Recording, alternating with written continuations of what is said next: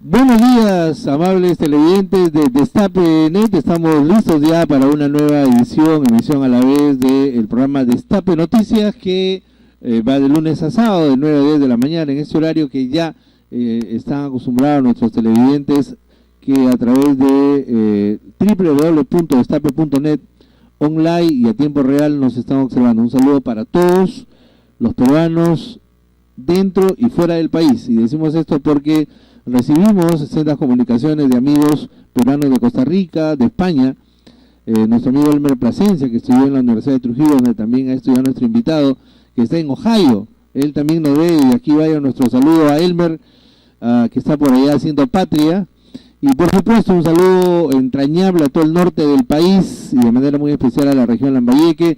El día de ayer una pequeña bombita con este tema de las declaraciones a un medio de circulación regional de la señora congresista de la República, Rosa Núñez, ex de Acuña, porque ahora ella no le gusta que le digan de Acuña, y según ella ha recuperado, dice, el adorado apellido de su querida y adorada madre. Bueno, lo que ha llamado la atención un poco es que pareciera que parte del imperio del señor César Acuña está trasladándose a la señora Rosa Núñez en una especie de conciliación extrajudicial, y 5 universidades, nada menos, 5 universidades de las que tiene el señor o regente, el señor César Acuña, pasarían a poder de la señora Rosa Núñez, dentro de ellas pues las conocidas universidades Señor Recipán y César Vallejo de Chiclayo. Bueno, pues las declaraciones no han quedado ahí, porque pareciera que el señor Yempén Coronel y el señor Valencia se quedarán sin trabajo.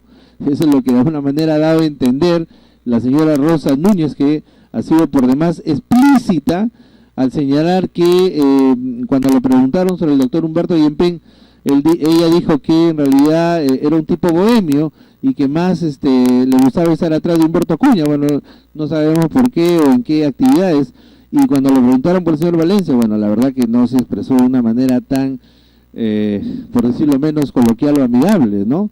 Dijo la señora Rosa Núñez que el señor Valencia era el rey de la cutra, nada menos. Bueno, este tipo de temas bastante fuertes se supone que se tiene que aclarar. Ahí está registrado, maestro, en el diario El Correo, citamos la fuente, diario El Correo, edición regional del día de ayer, domingo 20. Pero bueno, estas cuestiones que son anecdóticas y episódicas, simplemente la comentamos porque, quieras o no, son los comentarios de hoy en los corridos políticos, empresariales y también académicos.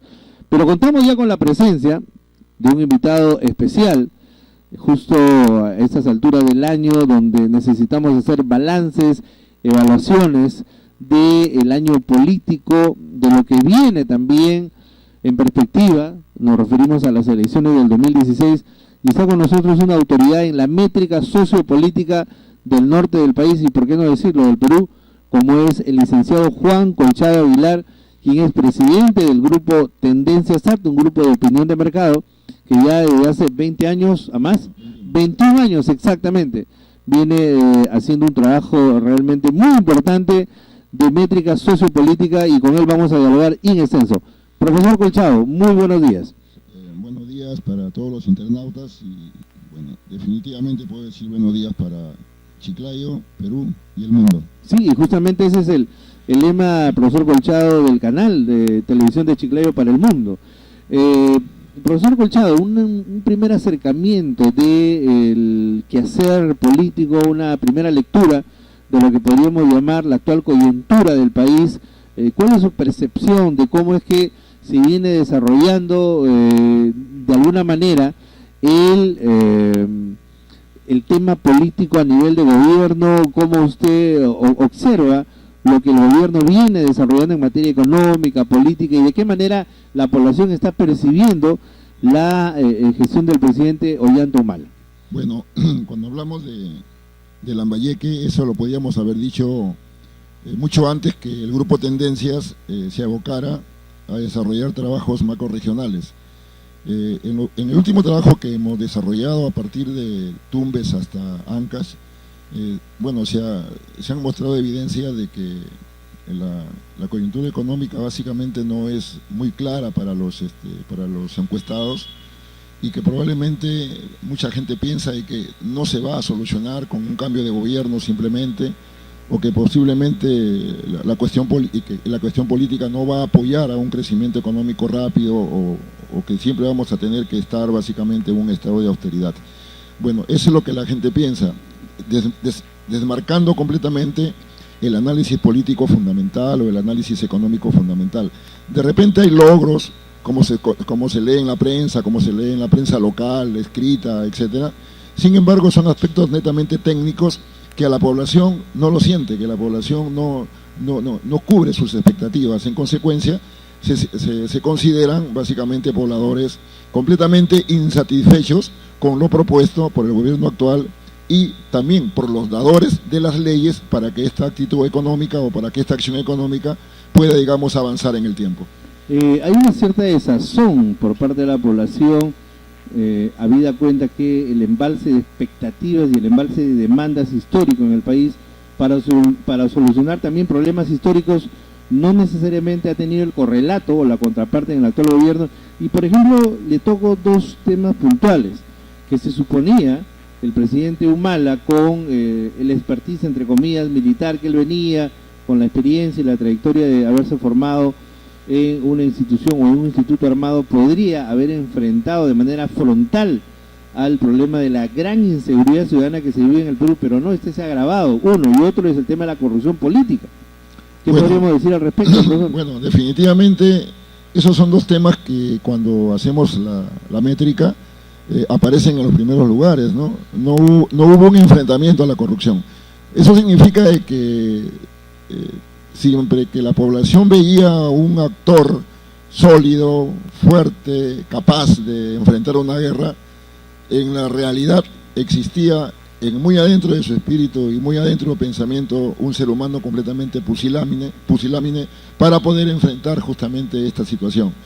Desde el punto de vista de la población, dice, la corrupción se mantiene, la inseguridad se mantiene, y eso ha dado origen a que, al existir básicamente inseguridad, muchos entes económicos y muchas personalidades que están metidas básicamente en otros aspectos aprovechen esa coyuntura y comiencen a corromper a personalidades, comiencen a corromper a políticos, comiencen a corromper a empresarios, y que se ven en los periódicos últimamente, no solamente en empresas extractivas, no solamente en empresas de producción, sino también en empresas de servicios, ¿no? De tal forma de que está ligado esos dos elementos. Si buscamos una correlación entre inseguridad y corrupción, yo estoy seguro que la vamos a encontrar, y una correlación bastante fuerte, justamente ¿debido a qué? Debido a que la cobardía, podríamos decir así de manera más clara, de ciertos sectores del gobierno no supieron enfrentar con bastante hombría, con bastante criterio, con bastante, podemos decir así, deseo de querer solucionar el problema, ¿no?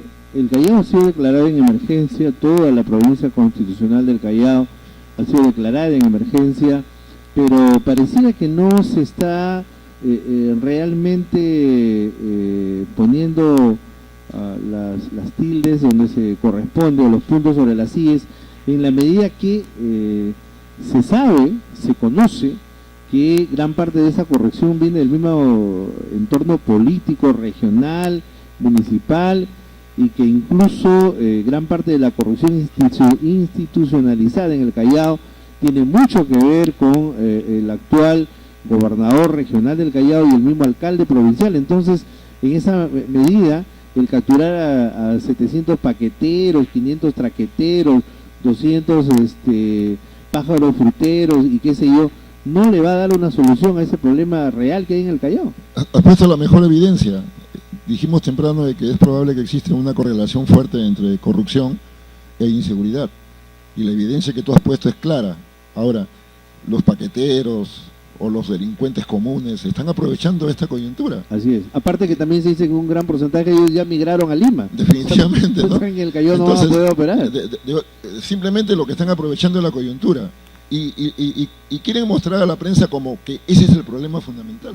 El problema fundamental no está ahí. El correlato, la correlación, mejor dicho, entre inseguridad y corrupción definitivamente debe estar a otros niveles.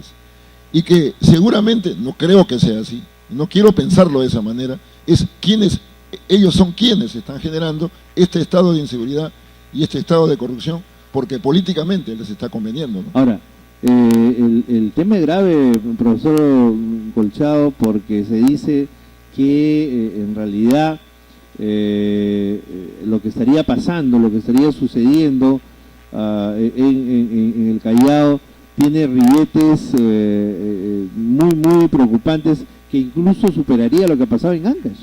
Bueno, Ancash es la otra evidencia, definitivamente. Ya pones dos evidencias importantes y esas dos evidencias automáticamente establecen la correlación que hay o que existe entre corrupción e inseguridad. Bueno, profesor, pasando a otro tema, de alguna forma se viene develando el misterio de las planchas presidenciales, de los equipos que van a acompañar a los candidatos presidenciales. Se conoce, por ejemplo, que la, por ahora, principal candidata o con mayor intención de voto, como es la señora Keiko, va a ir sola, pero, bueno, y también el señor PPK, pero en el caso de Alan García, del señor Acuña, van con sendas alianzas. ¿Qué opina de esas alianzas que se han generado? Definitivamente, las alianzas se han generado simplemente por algo fundamental, el famoso cubrir ese 5%. Los partidos políticos han analizado, han estudiado, han visto encuestas serias, por cierto, y en todas las encuestas serias que han encontrado, que han estudiado, han analizado, y en todos los escenarios que ellos posiblemente de manera cualitativa han estudiado, de manera cualitativa han observado, definitivamente se notaban de que no podían superar ese 5%. Entonces, ¿qué les quedaba? O no postular, o pegarse básicamente, auparse básicamente a un partido político que le asegure de que podía cubrir esa valla electoral. Entonces, esa es la situación, esa es la conclusión, no hay otra explicación. Se podrá decir en los medios de comunicación que existe una estructura política, un pensamiento, una filosofía entre el partido X y el partido Y que los aproxima, se podrá decir todo lo que sea, Edwin. Se podrá decir muchos aspectos de técnica electoral, se podrá decir muchos elementos filosóficos, como repito, pero para mí, para mi punto de vista, después de haber analizado toda la información periodística de todo tipo, ¿no?, y hacer escenarios también por nuestra parte desde el punto de vista de simulación electoral, concluimos que lo único que ha llevado a las alianzas automáticamente es tratar de pasar esa valla electoral. Ahora, aunque aún todavía quedan machos, quedan machos que todavía dicen, vamos a tener el aprecio de la población y no solamente vamos a superar la valla electoral, sino que vamos a ganar. Aunque algunos de ellos tienen vocación suicida, parece. Claro, eso es bueno, en la medida que por lo menos todavía existe en el Perú entes democráticos que básicamente quieren limpiar la filosofía y básicamente la concepción clara de lo que significa política. Hay un buen amigo mío, Claudio Sola, por ejemplo, que pretendía ir como candidato presidencial, pero veo que se ha unido ahí al señor Francisco de Canseco. Claro, pero que definitivamente no harían mucho puntaje. No sé si llegarán siquiera al 2%, ¿no? Pero bueno, vamos al entusiasmo ahí de ellos y de repente claro, es como, algo de dinero que deben tener por también, ejemplo, ¿no? La pregunta es, ¿no?, ¿cuál es la consecuencia electoral que le genera la alianza APRA-PPC? Bueno, si lo analizamos matemáticamente desde el punto de vista encuestal, y ojo, que el elemento matemático aplicado a la política ya no es un tema que se está desarrollando solamente en un sector o en una sola urbe, se desarrolla en todo el mundo. ¿Y qué dice? Que la suma de elementos porcentuales no da origen básicamente a una concepción clara. Por favor, esas son simplemente evidencias. Y esas evidencias que nos dicen que PPC, por lo menos en Lambayeque y en el norte, no le suma al señor Alan García y al APRA como tal. Al contrario, le resta. Y la curva de tendencia que muestra al unirse PPC con el APRA, por lo menos en el norte y en Lambayeque, se ve básicamente una curva de tendencia en negativo.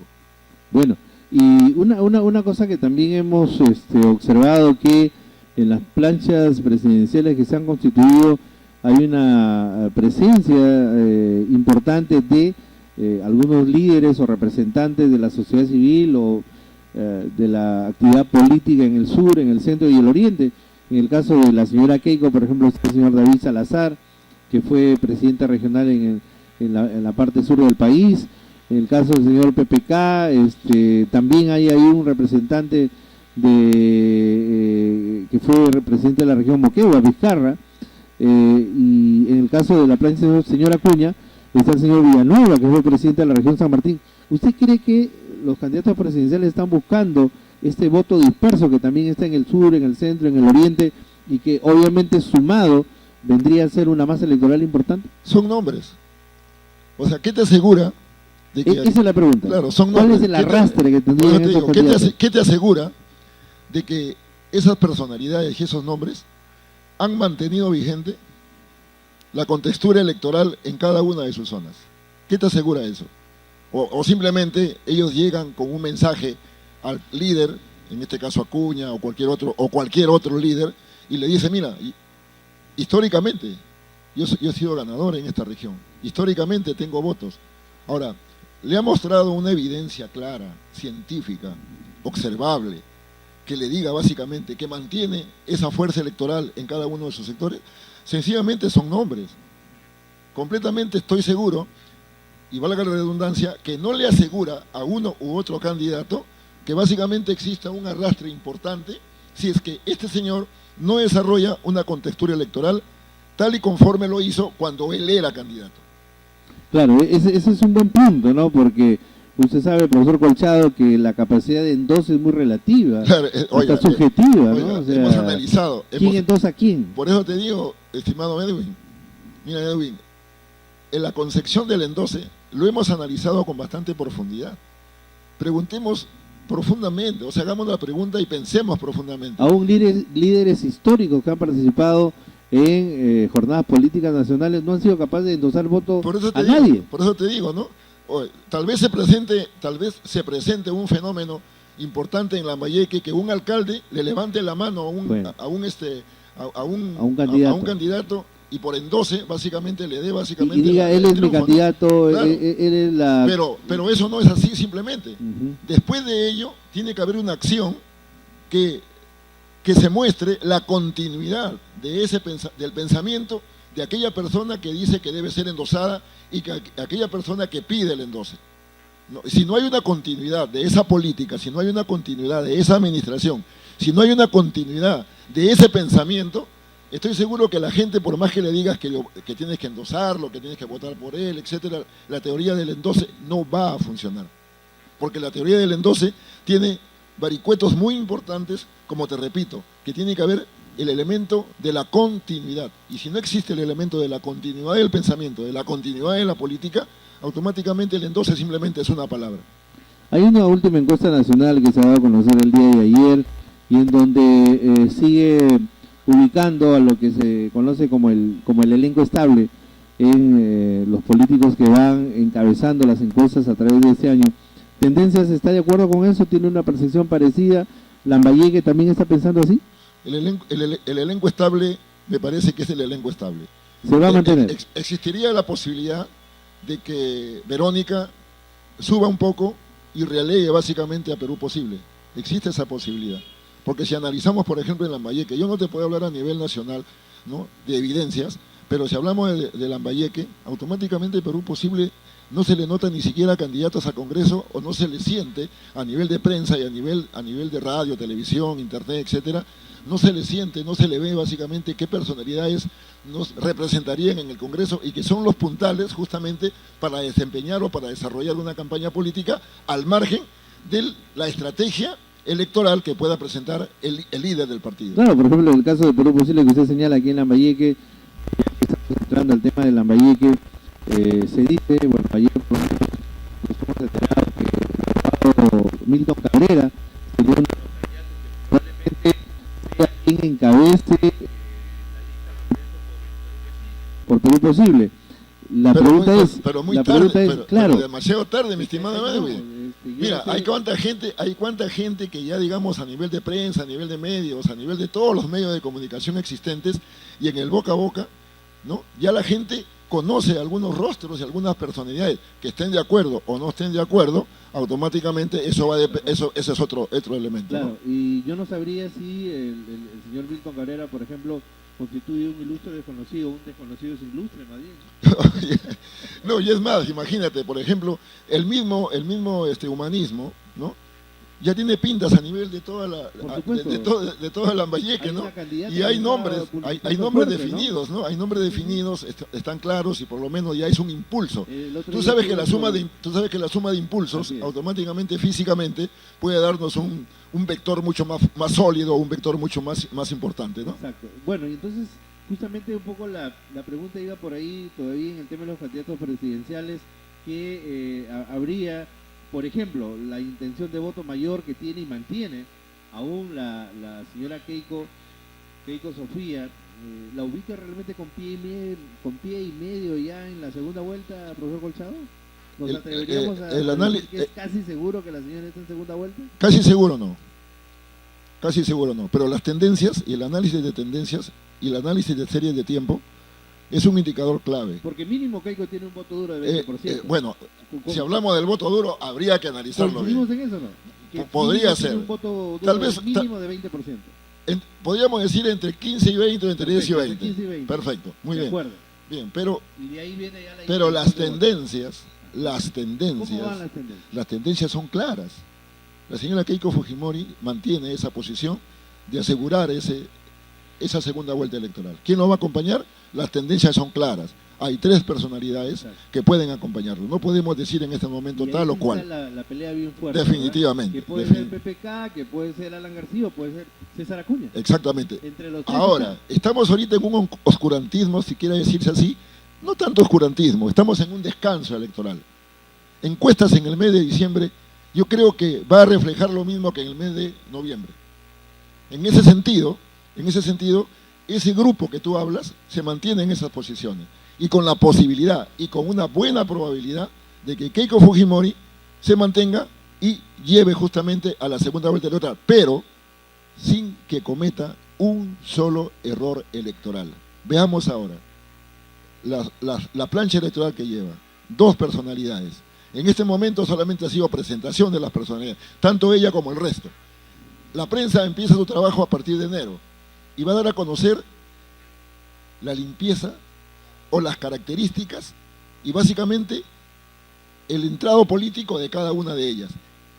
Lo va a resumir y recién ahí la población se va a dar cuenta básicamente qué tipo de plancha electoral está presentando cada uno de los candidatos. Es ahí donde más o menos entre el 15 y 16 de enero las encuestadoras tenemos que desarrollar una actividad importante, limpia, sólida, con bastante consecuencia, con bastante pensamiento, con bastante ciencia, para poder ver si es que existe o ha existido o va a existir una variación importante desde el punto de vista de intención de voto. ¿Usted cree que aparece claro una especie de neofujimorismo, que pareciera que este ADN, entre comillas, nuevo de fujimoristas en el país está desplazando, estaría por desplazar a los famosos líderes históricos del fujimorismo? Bueno, yo no creo que políticamente se esté desarrollando esto, ¿eh? No creo, definitivamente la población, la población, mira, la población automáticamente ha recibido muchos favores políticos y muchos favores, no tanto favores, sino soluciones a problemas a nivel de la parte interna de nuestro pueblo, no tanto la parte rural, la parte urbana. Y Fujimori para ellos es una figura importante. Y la continuidad de un partido político automáticamente está en Keiko Fujimori.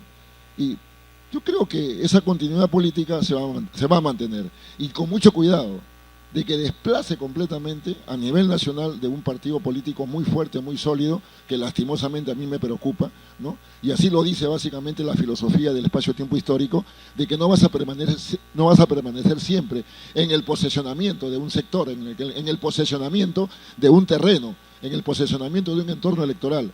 Si tú no desarrollas nuevos criterios, haces cambios importantes, no con la velocidad de la luz, pero sí con el buen criterio de la historia. Ahora, pasando de lleno ya al tema congresal y específicamente hablando de Lambayeque, recalando ya en nuestra realidad, en nuestro aquí y ahora, ¿qué podríamos decir, profesor Colchado, respecto a los precandidatos que, bueno, por ahora todavía las candidaturas están en el limbo y son candidatos en cierne porque no hay ningún candidato oficial, pero se vocea algunas personalidades que podrían ir tanto en Fuerza Popular como en PPK, el partido se llama Peruanos por el Cambio justamente, en el partido Aprista en alianza con PPC y Vamos Perú, o en el grupo del señor Acuña.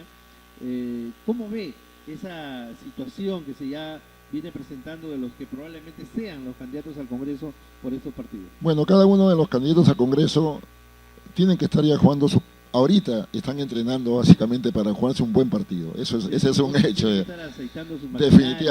Definitivamente. Pero yo quisiera, antes de eso, quisiera entrar en algo un poco más macro y decir, por ejemplo, si hemos hecho nosotros una encuesta macro regional norte, entonces decimos Fuerza Popular tendría la mayor cantidad de ingresantes al Congreso, seguido por Alianza, ¿cómo se llama? De Acuña, Alianza por el Progreso. Alianza por el Progreso, seguido de Peruanos por el Cambio y finalmente el APRA, correcto. ¿Eso quiere decir que Keiko colocaría dos candidatos al Congreso? No, estamos hablando a nivel macro. Ya. Pondría la mayor cantidad de congresos a nivel macro, perfecto, seguido de Acuña, seguido de PPK y seguido del APRA. Bueno, esa es la evidencia que yo tengo hasta el mes de noviembre. Que pase algo distinto en el mes de enero, bueno, eso se va a ver del trabajo que van a comenzar en los primeros 15 días y que van a ser básicamente fundamentales, ¿no? Ahora en Lambayeque, ¿cuál era el escenario que se estaba trabajando y que hasta el mes de octubre, agosto, septiembre, octubre se mantenía? De que Fuerza Popular tenía la posibilidad de poner 3, ¿no? PPK, bueno, uno. Si pondrían 3, pues sería un triunfo. No, PPK 1. No, esto era lo que estaba agosto, septiembre, octubre. Perfecto. No, PPK 1 y el APRA 1. Pero eso ha cambiado, en noviembre cambió. En noviembre cambió. Claro. ¿Cuál es la cosa? Existe la posibilidad de que Fuerza Popular tenga 2, Alianza por el Progreso tenga 1, PPK 1 y el APRA 1. Pero el escenario puede variar. No sabemos exactamente si Acuña, con su partido, sigue en su vida y si la velocidad de crecimiento es la adecuada como para poder decir un nuevo escenario.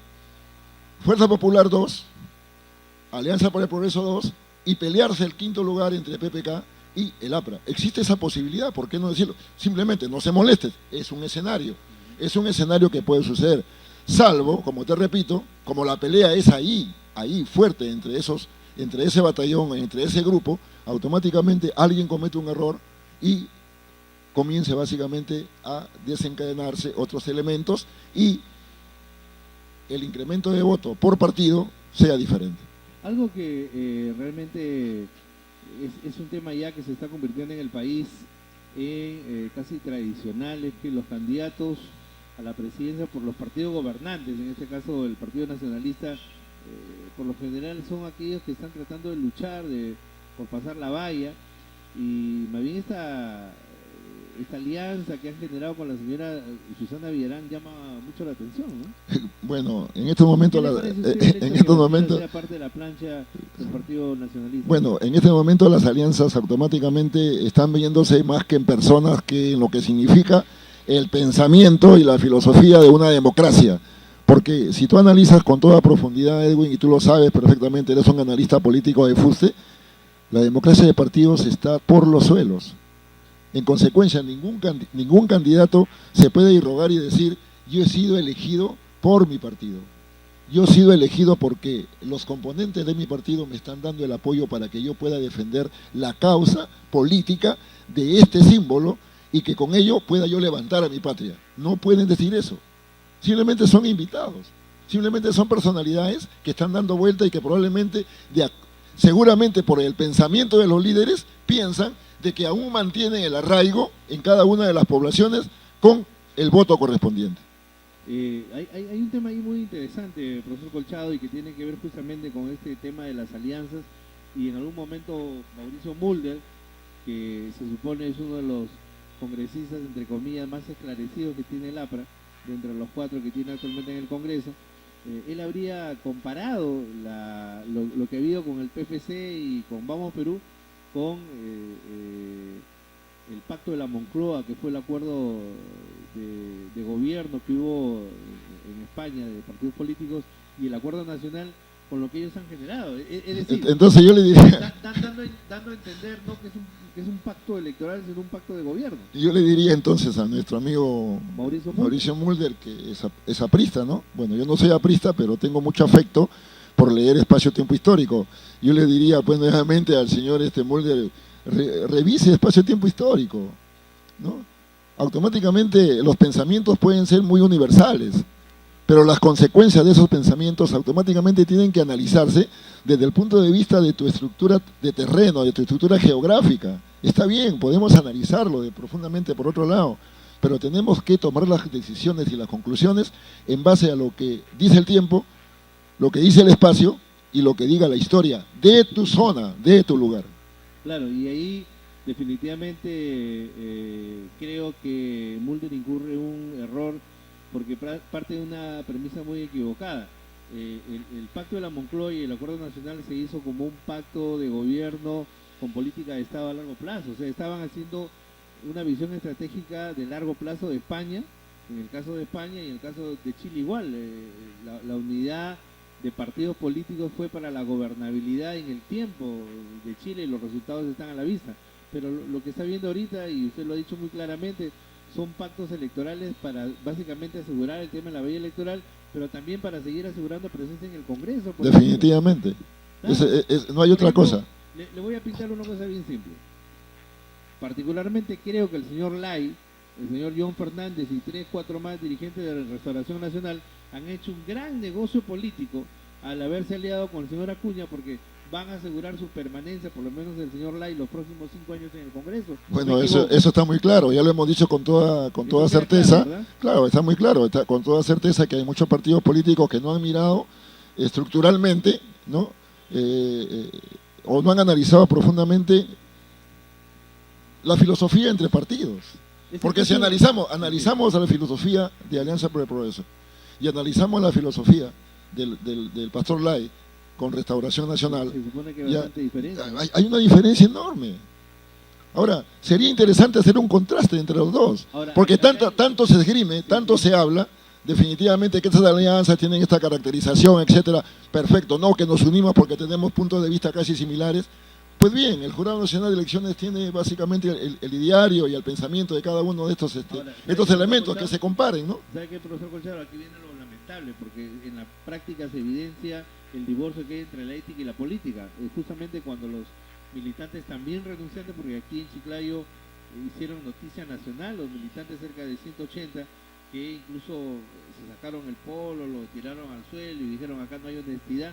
En Trujillo han salido incluso públicamente a hacer protestas y a demostrar su indignación con esta alianza del Pastor Lai con César Acuña, y cuando entrevistaron a uno de los líderes de este grupo, él dijo, primero, hace un año hemos acordado no ir en alianza y segundo, menos con César Acuña. Bueno, y cuidado. Increíblemente eso no le ha interesado al señor Lai. Y cuidado, es algo que está hirviendo y es algo que se está calentando internamente del partido, dentro del partido.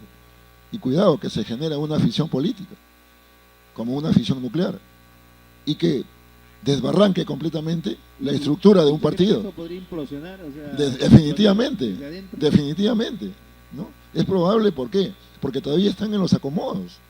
O sea, todavía están, yo quiero esto, yo quiero aquel. No dicen, dejemos que la población vote. La población va a votar entre comillas a nivel interno, pero en el fondo ya las cosas están arregladas, tú lo sabes. Y hay personalidades que posiblemente no van a alcanzar eso que pidieron.